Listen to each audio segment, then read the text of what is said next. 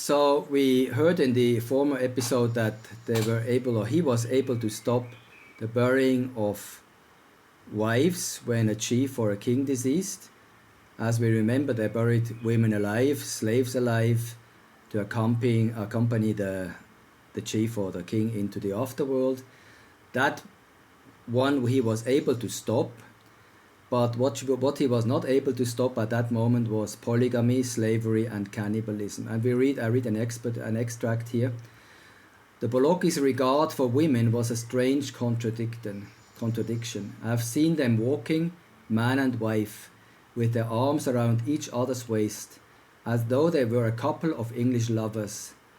I never saw natives exhibit so much fondling and affection for each other as was shown among these cannibals. 90% of their quarrels were about women, for every man had one or more wives, bitterly resented any interference with his sole proprietorship in them. They would fondle their women, yet treat them contemptuously as inferiors.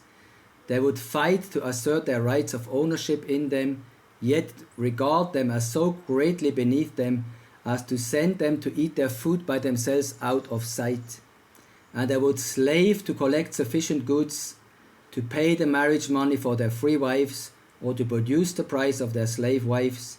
Yet the former, the slave wives, they would trash unmercifully, and the latter, for a whim in a fit of a temper, they would murder and fling the corpse into the river or invite their neighbors to feast with them on the body.